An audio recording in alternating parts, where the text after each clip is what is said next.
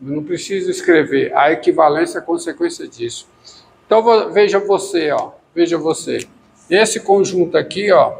Esse conjunto aqui, menos infinito 2, união 2 mais infinito, a união desses dois abertos, ele é um conjunto simétrico. E a simetria é evidente, a simetria em relação à origem da reta numérica, tá? Esse conjunto é simétrico. E se eu alterá-lo um pouquinho, ele deixa de ser simétrico. Ó. Menos infinito, menos 2, tá? Menos infinito, menos 2, união 2 mais infinito, menos 2, tá? Se for botar 2 aqui, não é simétrico, não. Tá? Tá bom? Menos infinito, menos 2, união 2 mais infinito, ele é simétrico. E menos infinito, se eu fechar aqui e deixar menos infinito, menos 2, e botar aqui, aí esse aqui não é simétrico. Por quê? Porque o menos 2 pertence, mas o simétrico de menos 2 não pertence, né? Ele não é simétrico. Foi só um exemplo ou você está dando para tudo? Eu estou dando um exemplo do conjunto simétrico, daí, dessa definição, ó, daí, duas coisas. Esse conjunto é simétrico e esse não é simétrico. Tá? O conjunto são exemplos de simétricos. Agora, definição. Definição. Seja f uma função.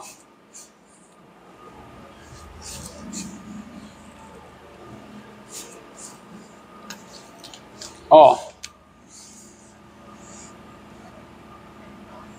Definição. Seja f uma função.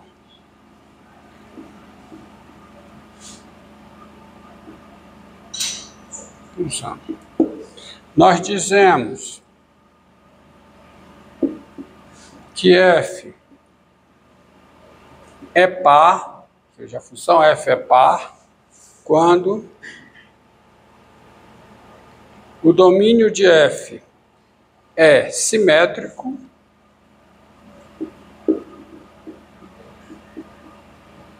e f de menos x é igual a f de x para todo x no domínio de f. Uma função é par quando essa igualdade ocorre. A imagem do simétrico de x é a imagem de x, qualquer que seja x no domínio de f. Nós dizemos que f é ímpar quando a imagem de menos x é menos a imagem de x por f, qualquer que seja x no domínio de f. Ó, quando, de novo, o domínio de f é simétrico, quando, o domínio de f é ímpar, quando também domínio de f é simétrico e a imagem de menos x é menos a imagem de x, qualquer que seja o x no domínio de f. Essa é a definição da função ser ímpar, tá? Então veja aqui.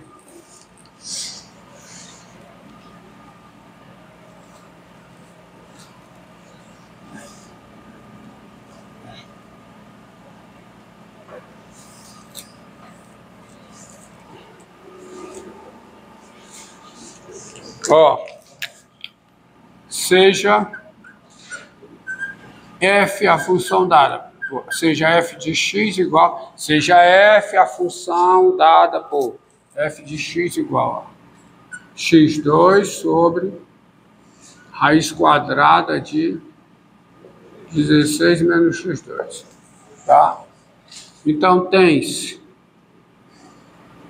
primeiro, quem é domínio de F? Quem é? Domínio de F é o conjunto formado por cada x real, tal que 16 menos x2 é positivo. Ou seja, quem é esse conjunto? É o intervalo aberto, é o intervalo, tá? Aberto, menos 4, que é simétrico, claramente simétrico, né? Que é simétrico. E quem é a imagem de menos x? Quem é? Por F. É o quadrado de menos x, tá?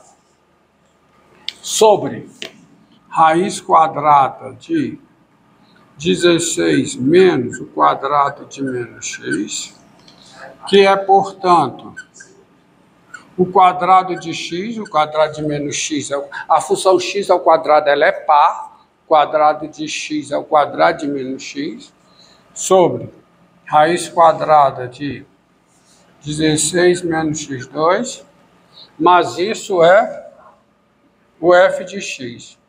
E isso ocorre para todo x aonde? No domínio da f. Daí, a f é par. A f é uma função par. Essa paridade tem muito a ver com o índice dos expoentes, né? É. Se for função racional. Tá? Professor, Diga. eu posso dizer que uma função f de x, ela é par. Então, tudo aquilo que depende, que é a dependência da variável x, está par. Então, Eu consigo dividir a f de x em g de x e um h de x, certo? certo. Se eu provar que g de x e h de x são pares, o h de x é par. A soma de duas funções pares é claramente uma função par. O produto e a divisão também. O produto e a divisão também. O produto e a divisão também. Sim. Sim. Tá? Mas a definição não é essa, não. A definição é essa daqui. Isso é consequência. Tá? Tá? Isso é consequência. Seja g de x igual a x vezes raiz quadrada de 1 menos x2. Tá? 1 menos x2. Ou x2 menos 1. Pega aqui. Vou dar um pouco. x2 menos 1. Tá? 2 menos 1. Então, tem-se. Quem é o domínio da G?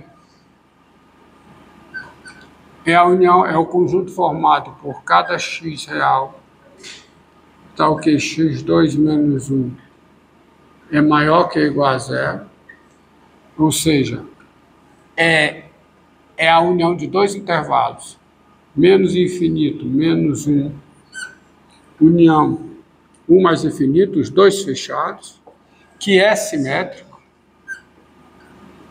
que é um conjunto claramente simétrico, tá? Tá bom? Tá bom? E a imagem de menos x é quem? É menos x vezes raiz quadrada do quadrado de menos x menos 1. Ou seja, é x vezes, é menos x vezes raiz quadrada do x2 menos 1. Isto é menos g de x. Para todo x aonde? Domínio da G. Tá? Isto diz que G é uma função ímpar. Agora, tem uma proposição aqui de fácil verificação, diz o seguinte: sendo f uma função, f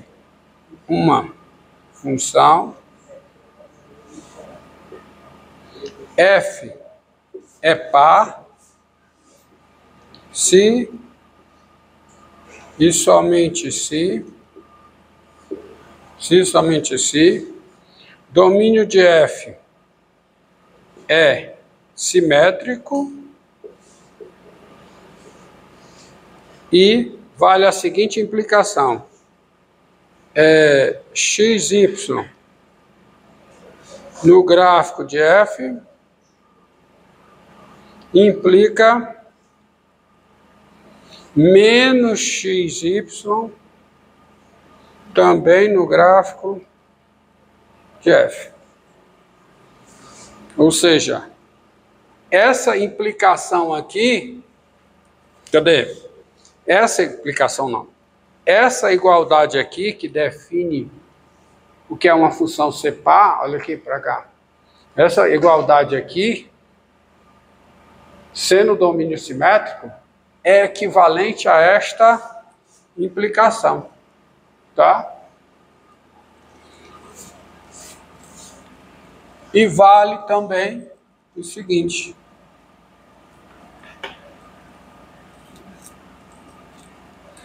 tá? Além disso,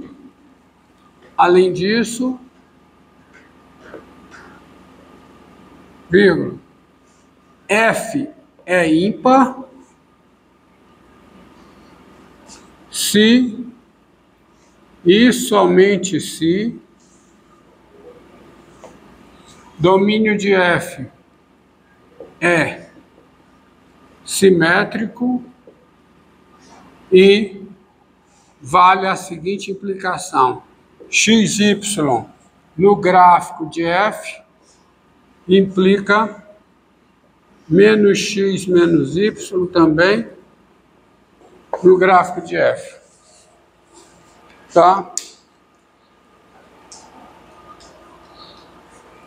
Vou comentar só a demonstração. Aqui é indo e voltando, né?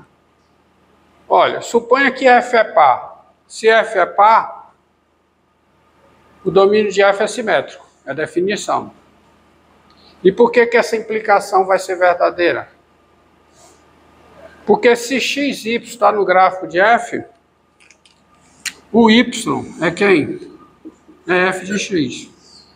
Mas como a função é par, o y é f de menos x. E se o y é f de menos xy pertence a quem? Gráfico de f. Então, sendo f par, esta implicação é verdadeira. Tá? Agora, a recíproca. Se essa implicação é verdadeira e o domínio de f é simétrico, por que a f é par? Bem, o domínio de f já é simétrico. E por que que f é par? Ora, por quê? Porque a implicação é verdadeira, né? Então, se y é igual a f de x, o xy está onde? Está no gráfico de f.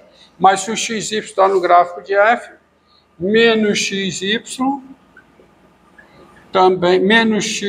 também está no gráfico de f. Mas aí o y é igual a f de menos x. Então você tem que f de x é igual a quê? A f de menos x é igual a f de x. Então a função é par. Tá certo? Para todo x no domínio de f. Tá bom? Entendido?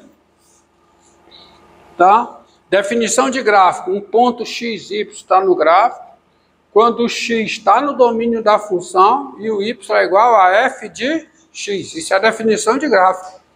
Tá certo?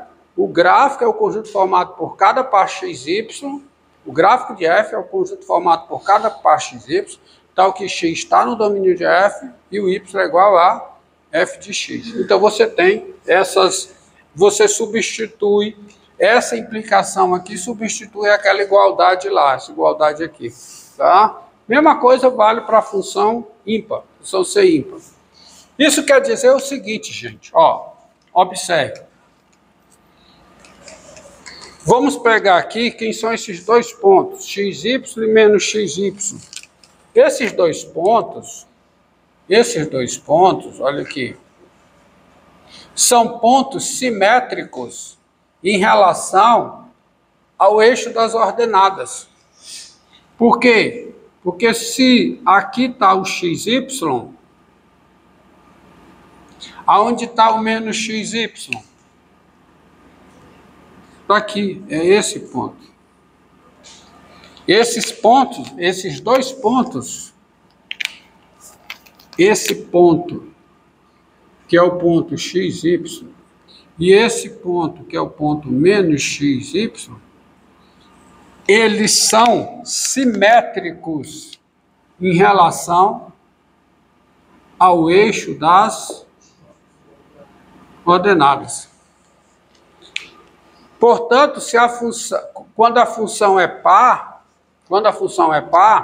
esse ponto está no gráfico se somente se esse está. Isto quer dizer que o gráfico da função, ela tem que ser um conjunto simétrico em relação ao eixo das ordenadas. Tem que ser uma coisa assim, ó.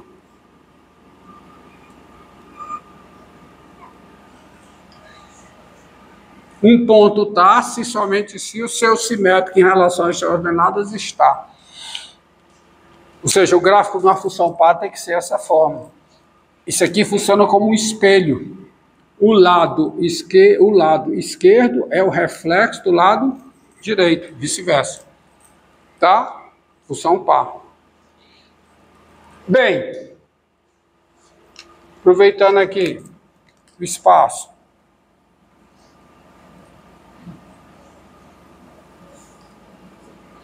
Se aqui está o ponto XY, aqui está o ponto que? Menos X, menos Y. E esses dois pontos, eles são simétricos em relação à origem. A reta que passa por esse ponto e por esse, é a mesma reta que passa por esse e por esse. De forma que esses dois pontos aqui, o ponto XY e o ponto menos X menos Y, os dois são simétricos em relação a quê? Em relação à origem. Esses dois pontos são simétricos. Portanto, se uma função é ímpar, o seu gráfico precisa ser simétrico em relação à origem. Ou seja, se o gráfico aqui é assim, digamos, o gráfico do outro lado tem que ser assim. Esse é um conjunto simétrico.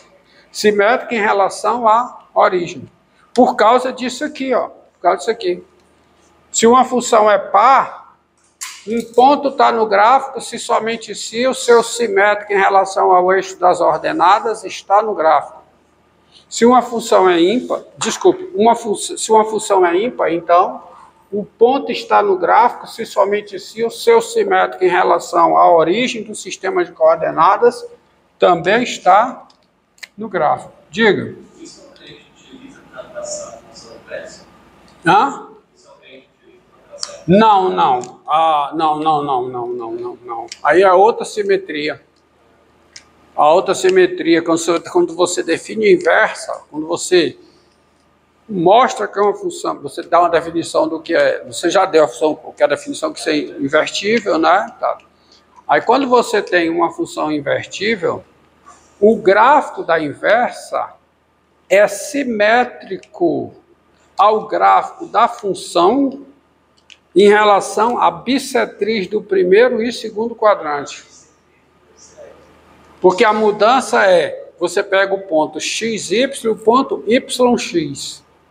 Aí esses dois pontos, o ponto XY e o ponto YX, eles são simétricos em relação à bissetriz do primeiro e do terceiro quadrantes. Tá? Aí o gráfico da função e o gráfico da sua inversa, sendo ela invertível, um é o simétrico do outro em relação, um é o reflexo do outro em relação à bissetriz do primeiro e segundo quadrante. Aí é outra simetria, tá? Aqui, tá bom? Agora, há uma proposição que diz o seguinte: se uma função é par, a sua derivada é ímpar. Se uma função é ímpar, a sua derivada é par.